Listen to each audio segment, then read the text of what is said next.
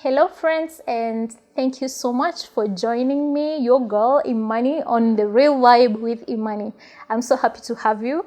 In case you have not subscribed to the channel, kindly just click on the bell below. And if you have not turned on the notification bell, I wouldn't want you to, not see what we have posted. Please turn it on. Today, I have a very good topic that we're going to discuss. It touches on almost every one of us. And I know you have one or two times or even more had a friend who was pregnant. Today we are going to talk about how can you help them, what can you say to them to make them feel better.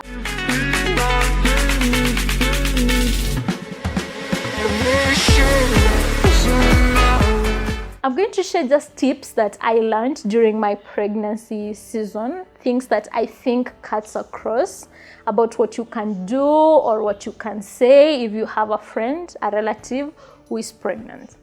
Number one, pray for them and pray for the unborn child.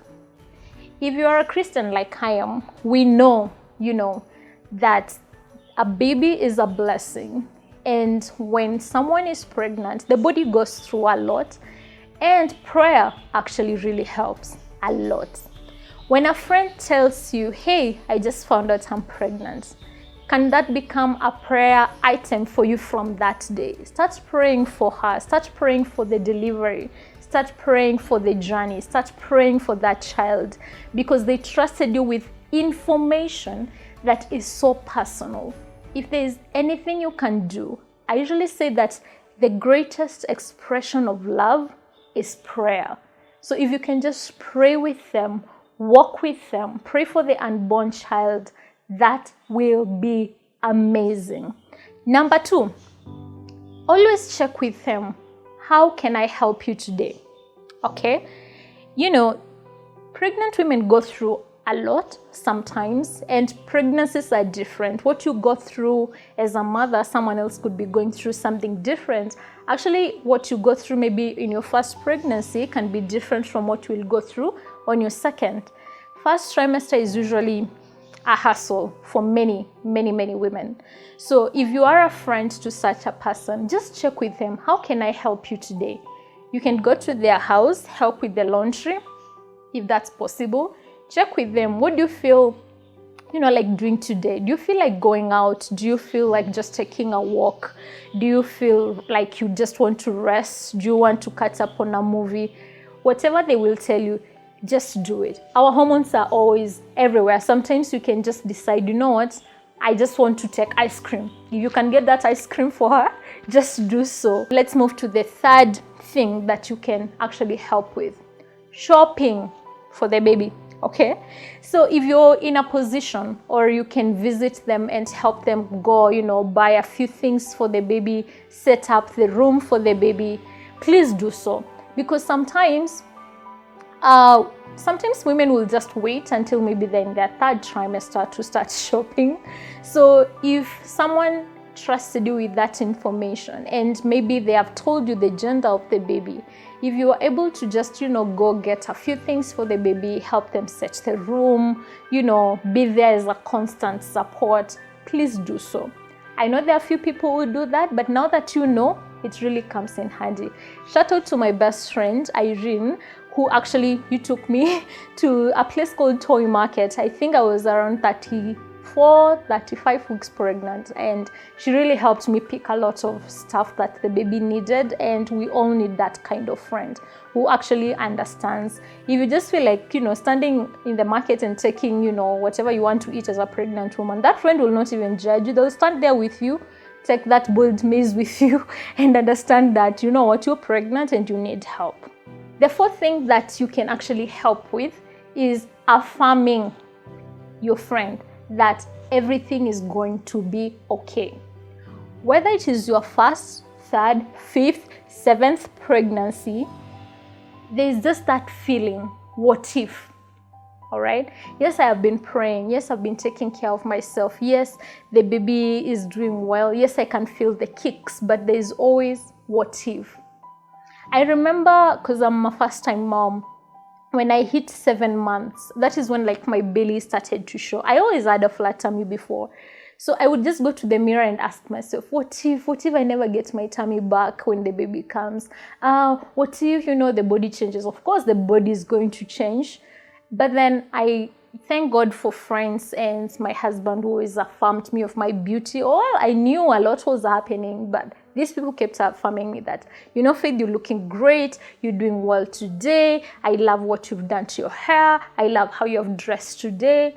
Please don't be the kind of a person who will just say, today you don't look so good. That people they don't care what they will say. Others will even tell you you're growing fat.